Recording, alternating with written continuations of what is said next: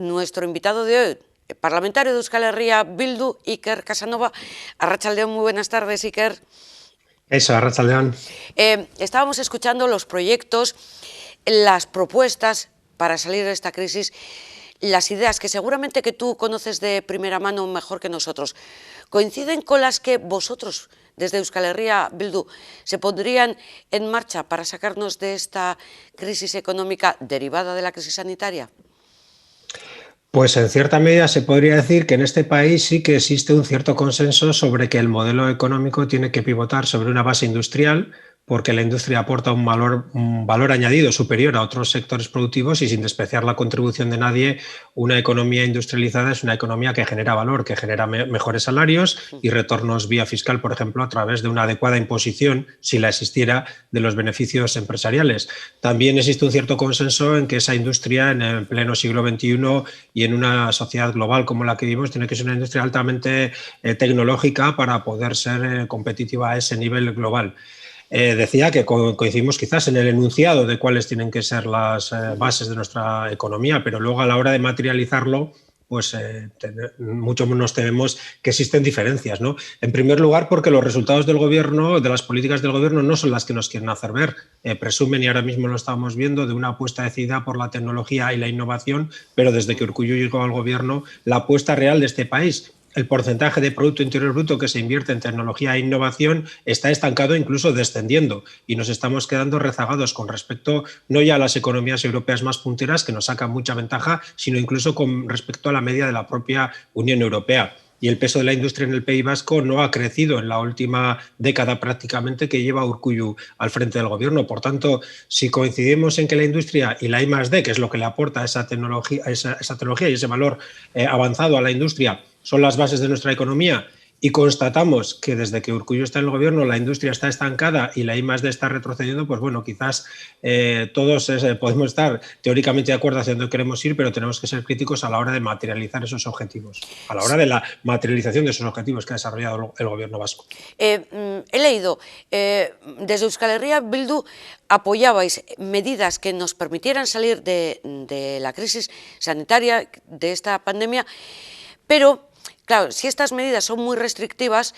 ha provocado consecuencias económicas y en sectores, por ejemplo, la hostelería y el comercio, de una forma pues aún más peligrosa. ¿Qué ha pasado? ¿No se ha hecho bien la segunda parte? ¿No se ha hecho bien la primera? ¿Cuál es un poco la lectura que hacéis?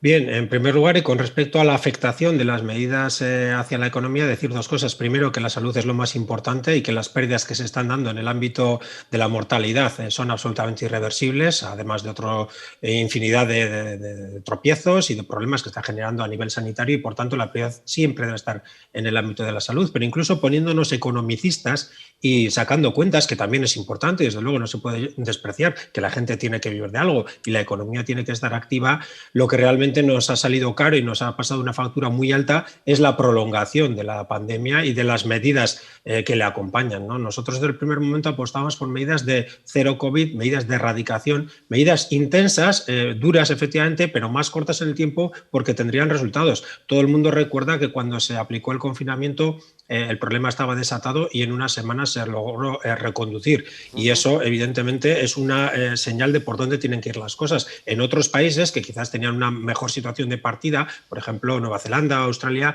en el momento en que se detecta el primer caso, ya se aplican medidas muy estrictas de aislamiento. Y aquí hemos decretado unos umbrales demasiado altos antes de tomar medidas. ¿Qué es lo que ha sucedido? Que aparte, como decía anteriormente, de un coste sanitario mayor, lo que se está es prolongando la situación en el tiempo y eso también está afectando a la economía. Y en segundo lugar, yo creo que es muy importante aclarar que siempre hemos sido partidarios de medidas estrictas, pero esas medidas tienen que venir irremediablemente acompañadas de compensaciones económicas para los sectores más afectados. No se puede decir a la hostelería que cierre y que se las arregle como pueda, ni tampoco se le puede decir que mantenga durante meses una falsa normalidad, porque con las restricciones de aforos y de horarios a las que está sujeta no puede desarrollar normalmente su negocio y no tiene capacidad por sí misma para generar unos ingresos económicos básicos. Hay sectores que han sido abandonados por el gobierno que no se han tratado de una forma adecuada, y eso está generando un auténtico drama en términos económicos y también en términos humanos. Ayer veíamos, o ayer o antes de ayer, las imágenes del desalojo de un hostelero en Gasteiz, pero cualquier persona que conozca a alguien que esté en ese mundo sabe, nosotros llevamos meses de intensa relación con el sector de la hostelería en particular, sabe que las deudas se están acumulando y que a cada uno le habrá encontrado una situación económica u otra. Algunos habrán tenido capacidad de hacer frente a esas deudas, otros han tenido que recurrir a diferentes vías de endeudamiento y para muchos la situación es absolutamente desesperada. En la hostelería es un sector muy pequeño. Cuando pensemos en la hostelería no pensemos en los grandes hoteles. Hay 13.000 establecimientos de hostelería en este país que dan trabajo a 60.000 personas, por tanto la media es de 4 personas. Y teniendo en cuenta que efectivamente si hay algunos establecimientos mayores, el grueso, la inmensa mayoría de lo que conocemos como hostelería son establecimientos con 1, 2, 3, 4 personas trabajando y por tanto son sectores muy populares y son sectores muy necesitados de apoyo. Creo que es calamitosa la acción del gobierno vasco, se han dedicado unas ayudas muy limitadas y absolutamente insuficientes y muy distantes de las pérdidas que el sector está acumulando y nos parece tremendo. Me parece que desde Euskal Herria Bildu planteasteis en el Parlamento vasco un fondo de rescate para el sector hostelero. ¿Qué pasó Lo con hemos, esa propuesta? Lo hemos planteado en varias ocasiones y en todas las ocasiones nos lo han rechazado. El gobierno dice que ya decretará nuevas medidas si lo estima necesario, pero nosotros lo que entendemos es que a esas 60.000 personas que viven en el sector de la hostelería no se les puede someter a la montaña rusa emocional y económica a la que se les está sometiendo en los últimos tiempos. No pueden estar a expensas de que mañana se decrete un cierre o que por ejemplo, limitaciones en horarios se mantengan 6 meses. Si la pandemia lo exige, se tendrán que mantener, pero tiene que haber un sistema estable de ayudas que a determinadas restricciones responda con determinadas ayudas, y eso no puede estar sujeto al albur de la improvisación del gobierno, de la mejor o peor voluntad que se tenga, sino que a la gente hay que darle una certeza de que van a tener unos ingresos mínimos garantizados. Igual que hablamos del sector de la hostelería, podríamos hablar de sectores como el de la creación cultural o sectores ligados al turismo, al alojamiento. Es decir, nosotros hemos utilizado la cuestión de la hostelería quizás como bandera porque es el sector más visible por su dimensión y también por su penetración social y porque lo tenemos en nuestras calles, pero todas las medidas que proponemos son extensibles a cualquier otro sector que se encuentre en una situación análoga. Por tanto, lo que hemos exigido y por parte del gobierno se nos ha negado una y otra vez es un sistema estable y suficiente de ayudas a los sectores afectados para que a determinadas pérdidas de actividad económica correspondan determinados parámetros de ayudas de una forma segura y que les dé a estas personas la certeza de poder vivir su vida con una tranquilidad que hace ya casi un año que han perdido. No ha sido aceptada esta propuesta No. y cambió un poquito el ritmo. Hoy mismo se han aprobado los presupuestos generales de Vizcaya. Ninguna de las enmiendas de la oposición, tampoco de Euskal Herria Bildu, ha sido tenida en cuenta. También la semana anterior, creo que fue la anterior, los presupuestos del País Vasco, tampoco ninguna enmienda y por lo tanto con los votos en contra de Euskal Herria Bildu. Sí hubo aprobación, apoyo a través de la abstención en los presupuestos generales del Estado en Madrid. Entonces, ¿qué pasa? Aquí no se han tenido en cuenta, allí sí. ¿Cuál es un poco la visión, la explicación de Iker Casanova en este sentido?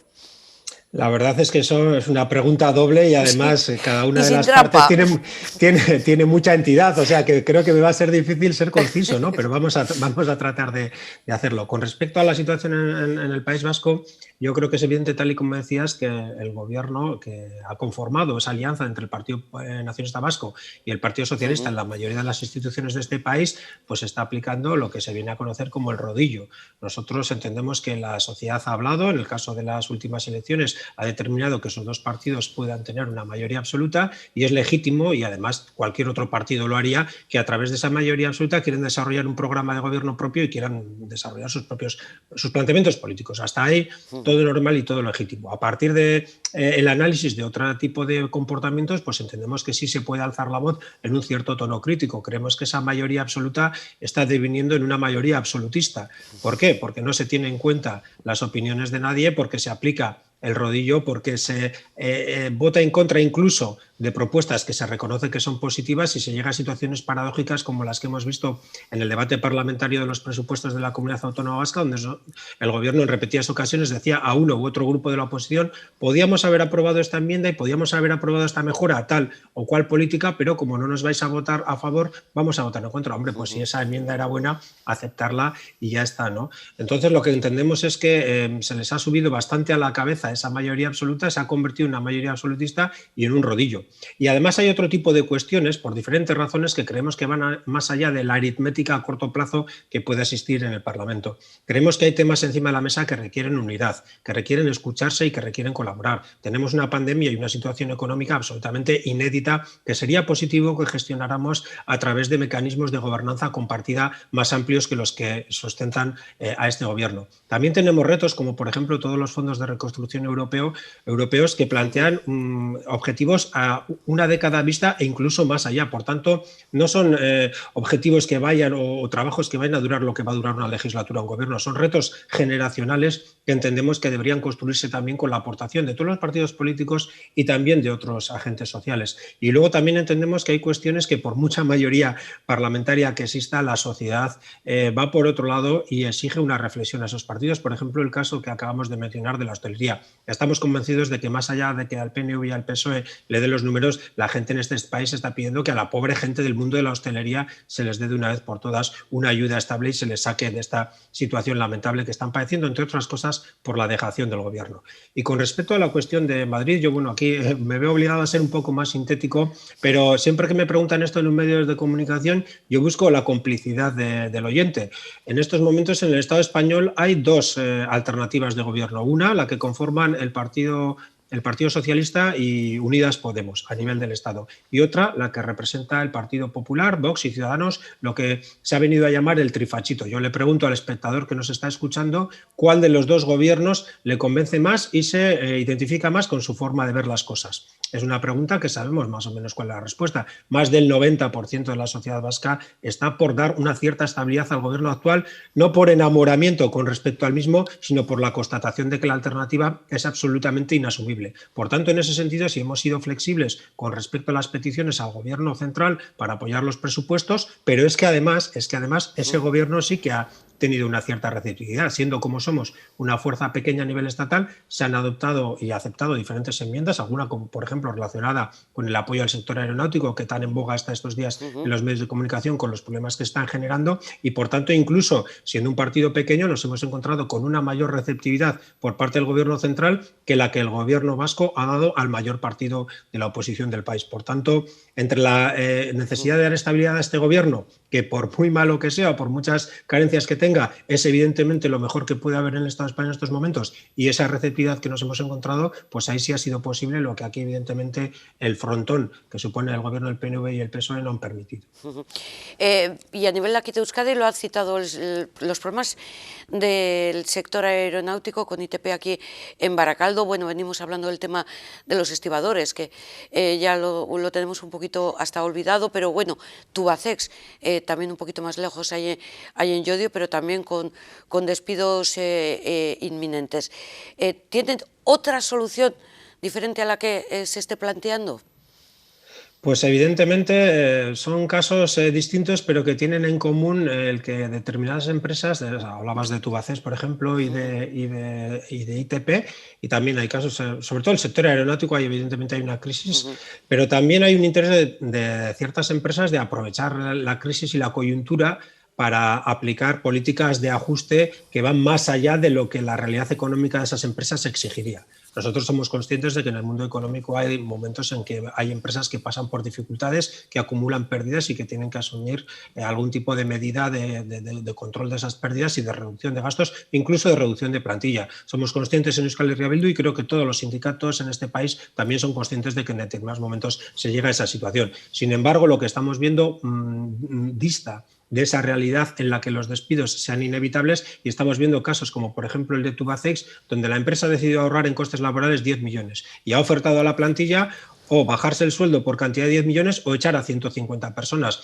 Eso no responde a una necesidad productiva real, responde a necesidades de ajustes que buscan dar mayor beneficio a los accionistas de esa empresa, porque además en el caso de Tubacex se están justificando los despidos ahora con un informe de coyuntura del sector que ya se presentó después del verano, cuando por ejemplo el precio del petróleo, que es determinante para el sector en el que trabaja Tubacex, que es el de los tubos, ha subido y prácticamente se ha disparado y por tanto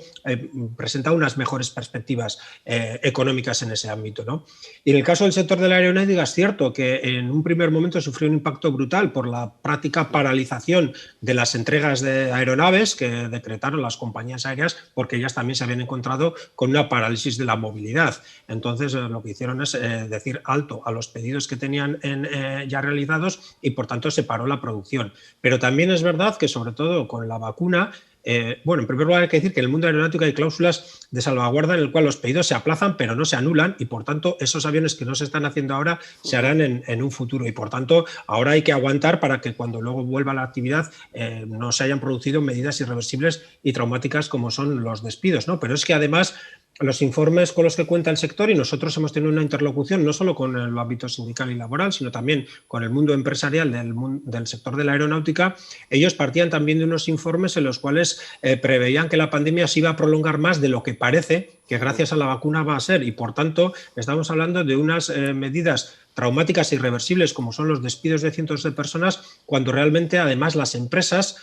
para que me entienda todo el mundo, y lo voy a hacer en términos coloquiales, tienen el riñón bastante bien forrado. Porque a diferencia de otros sectores que son cíclicos y que han acumulado pues, años buenos y años malos, el sector aeronáutico lleva muchos años ganando auténticas millonadas. Y cuando hablo millonadas, hablo de empresas como ITP ganando cientos de millones en los últimos años. Y por tanto, creo que esas empresas, desde las instituciones públicas y en particular desde el gobierno vasco, se le tiene que exigir que ahora, en esta coyuntura adversa, hagan un esfuerzo temporal de unos meses sin materializar despidos, que son empresas, no lo olvidemos, que también han recibido pingües ayudas económicas por parte de las instituciones y digamos que bueno, pues ahora sean capaces de internalizar los costes de esta mala racha sabiendo que vienen de unos beneficios impresionantes y que además hay una perspectiva a corto o medio plazo de recuperación de la actividad. ¿Estoy equivocada si pienso que ahora la prioridad de Euskal Herria Bildu se ha trasladado al mundo de la recuperación económica dejando un poquito de lado las reivindicaciones independentistas?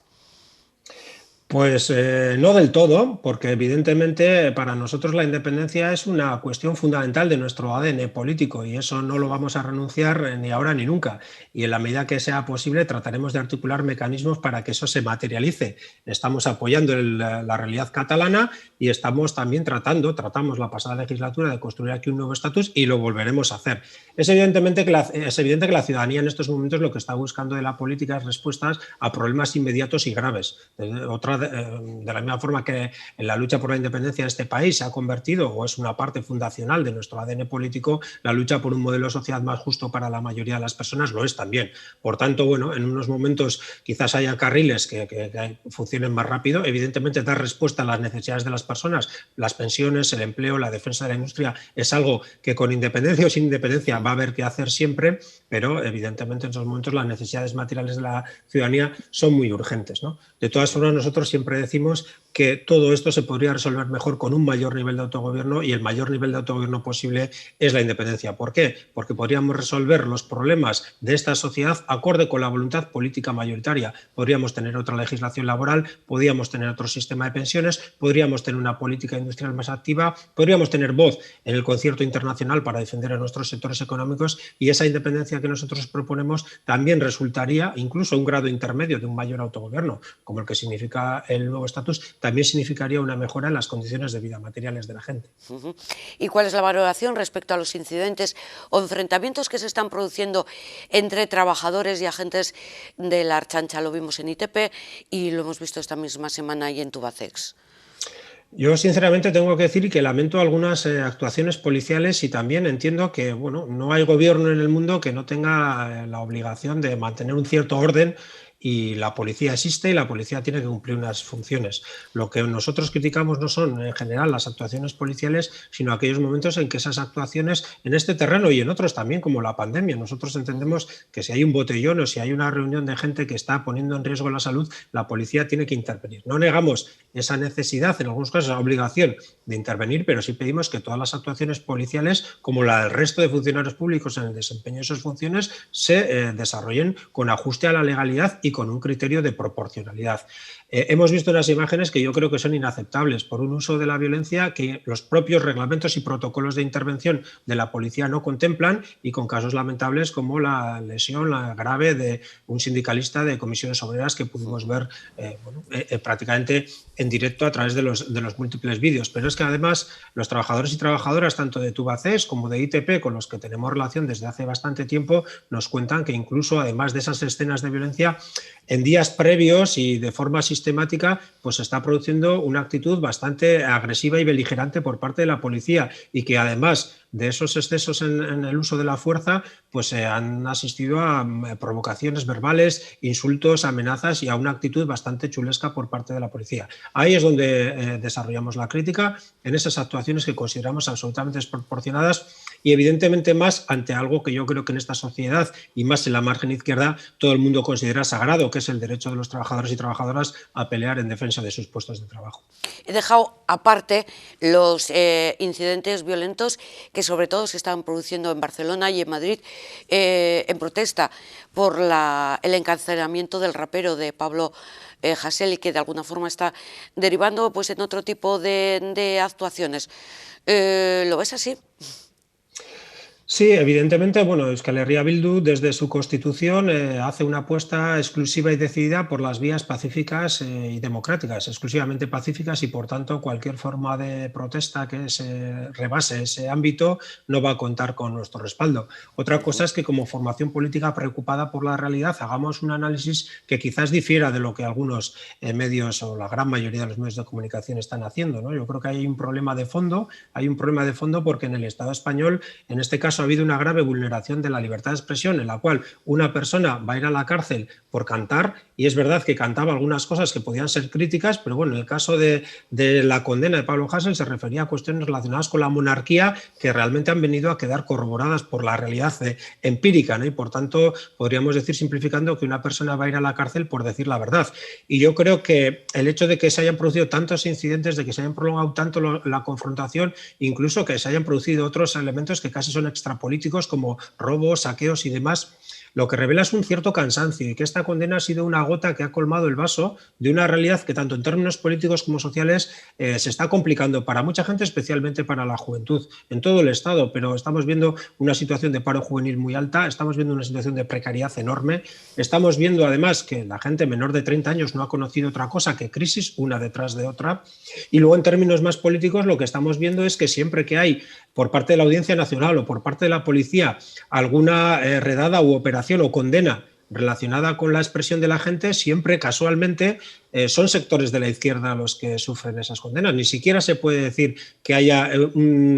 una misma vara que sea muy estricta para todo el mundo. No, es que hay una vara estricta para la izquierda y una vara amplísima para la derecha. La derecha puede pedir 20 millones de fusilamientos o puede hacer apología abierta del nazismo y no pasa nada. En cambio, la izquierda hace una serie de críticas que, como decía anteriormente, y en este caso se han demostrado ajustadas a la realidad, y en este caso ya es cuando vienen los encarcelamientos, las operaciones araña en las redes sociales, el cierre de medios de comunicación, el ataque a periodistas y una larga serie de ataques y vulneraciones a la libertad de expresión, siempre en la misma dirección, ¿no? Yo creo que estos incidentes, más allá de un caso concreto y menos de un apoyo a una persona concreta, que también,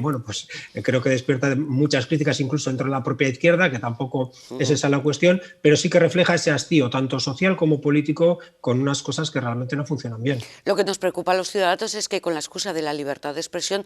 luego haya gente que salga a las calles por otro tipo de motivos, que es pues eso, delinquir, robar y romper mobiliario urbano, que quiero decir que es que al final de alguna forma estropea una reivindicación que podría ser hasta lógica o justa. Bueno, también no sé si has visto imágenes que están proliferando estos días en las redes sociales de un contenedor ardiendo y 50, 80 periodistas sacándole fotos o una persona lanzando una botella y también rodeado por un número impresionante, ¿no? Yo creo que a veces hay una cierta Sí. retroalimentación, ¿no? Los medios de comunicación se quejan mucho, pero luego realmente, pues bueno, dan un protagonismo a una serie de hechos que casi invitan a alguien a que por emulación y por imitación, pues si quiere tener su minuto de gloria ya sabe lo que tiene que hacer, ¿no? Y luego esto no justifica lo que está pasando y no justifica que se rompan cosas y menos aún que a una ciudadana, a un ciudadano que tiene una tienda le vayan a robar. Por supuesto que no estoy hablando en términos de justificación, pero sí estoy hablando en términos de contextualización. Pues lo mismo ocurre, o podemos trasladarlo al caso de la concejala de Euskal Herria Bildu allí en Vitoria. ¿Qué ha pasado con Miren Larrión?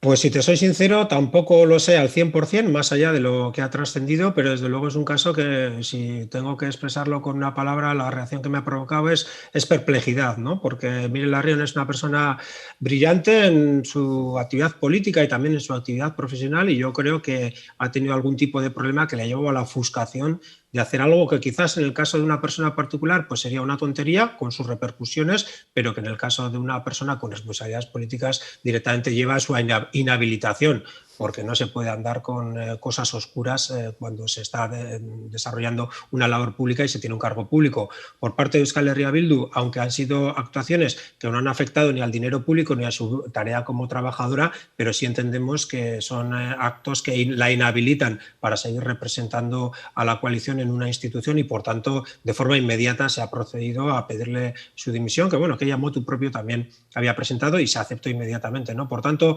políticamente poco más se puede hacer y personalmente seguimos, como decía, sumidos en la perplejidad que suponemos esta situación ha venido motivada por algún problema personal, por algún momento que le ha llevado a la ceguera y a cometer algo que objetivamente es una tontería y que ha dado al traste con su carrera política y también, en cierto modo, con su reputación, ¿no? Pero bueno, esperemos que a lo largo del juicio que va a tener pueda dar explicaciones y desde luego en términos políticos para nosotros el tema, las responsabilidades están depuradas y ya no tiene ninguna responsabilidad interna ni externa dentro de Euskal Herria Bildu. Un par de cuestiones también por las que quiero conocer la opinión de Euskal Herria Bildu. El Lehendakari Urkullu está pidiendo constantemente a Pedro Sánchez una modificación del estado de alarma para poder tener una mayor seguridad jurídica ante las decisiones del Tribunal Superior de Justicia del País Vasco, que le echa por tierra decisiones como el cierre de la hostelería. ¿Partidarios Euskal Herria Bildu de que haya una modificación en este sentido? Bueno, primero permíteme una maldad, también nos daría mayor seguridad jurídica que cuando el gobierno vasco se está jugando los cuartos en un tribunal, el responsable jurídico del LABI no esté la víspera jugando al golf y sí estuviera preparando una defensa en condiciones de sus argumentos, ¿no? Porque a veces los juicios se pierden y están igualados, ¿no? Pero cuando es evidente que el gobierno vasco tenía argumentos de sobra para respaldar bueno, que un cierre de la hostelería se puede corresponder con una medida aceptable dentro del ámbito del control de la pandemia, pues que incluso en ese terreno fuera derrotado, pues deja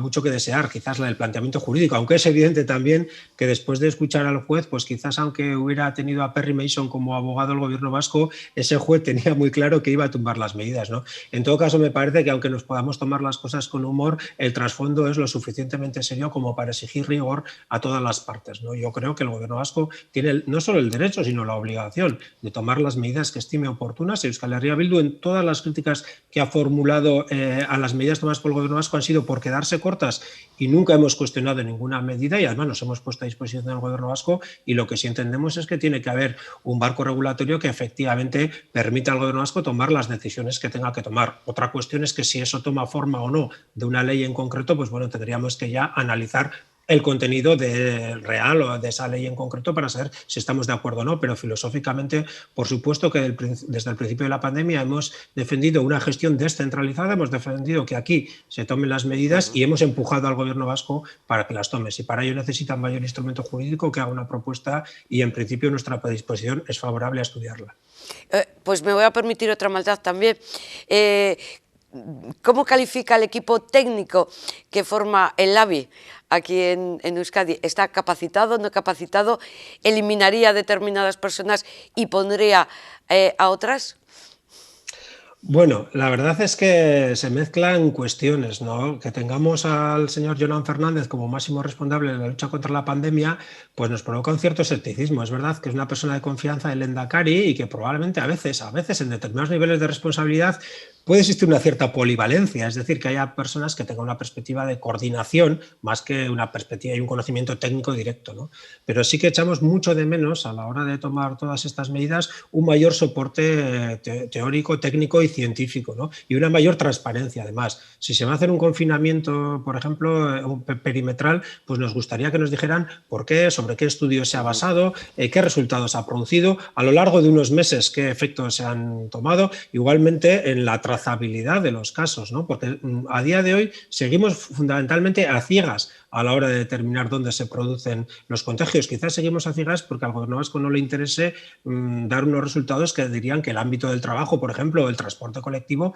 pues son escenarios también de contagio y quizás no le interese eso por generar una falsa sensación de tranquilidad, ¿no? También estimamos que el proceso de vacunación se podía haber hecho de otra manera. Los propios sindicatos de medicina y de enfermería lo han calificado como chapuza, como despropósito, no se han ahorrado calificativos. Vemos cosas un poco kafkianas como que se vacune antes a ciertos policías que a personal sanitario que está en primera línea, ¿no? Entonces, hay ciertamente un cúmulo de críticas. Nosotros desde el primer momento pedimos que hubiera un órgano compartido de gobernanza a la hora de enfrentar la pandemia en la que estuviéramos representados todos los partidos y en la que también otros agentes del mundo académico y del mundo social pudieran tener su representación, para que todas estas cosas tuvieran una mesa y un marco donde debatirse, todas estas preguntas pudieran formularse de forma directa y pudiéramos luego determinar de forma compartida cuáles son los esfuerzos y las medidas que hay que tomar para que esas medidas tuvieran el mayor respaldo social y la mayor efectividad. Hemos hecho un ejercicio de autocontención porque creo que la crítica todavía podría haber sido más acerada, pero la situación nos exige en determinados momentos pues cerrar filas con las medidas que se tomen por parte del gobierno, porque en definitiva lo que no vamos a poner en cuestión es que el gobierno lo está intentando hacer lo mejor posible. Ahí no entendemos que quieran que la pandemia prolifere, lo estarán haciendo dentro de su entendimiento y sus capacidades lo mejor posible. Pero desde luego que echamos de menos mucha ciencia, echamos de menos mucha cogobernanza y echamos de menos mucha transparencia, entre otras cosas, en la gestión de esta pandemia. Iker, pues si te parece te vamos a emplazar a una próxima cita porque queremos seguir haciendo estos análisis político-económicos sociales contigo y conocer diferentes visiones de cómo se está gestionando la pandemia desde el punto de vista sanitario y económico. ¿Te parece? Pues encantado y cuando queráis a vuestra disposición. Muchísimas gracias, Iker Casanova, parlamentario de Euskal Herria Bildu, aquí parlamentario en el Parlamento Vasco.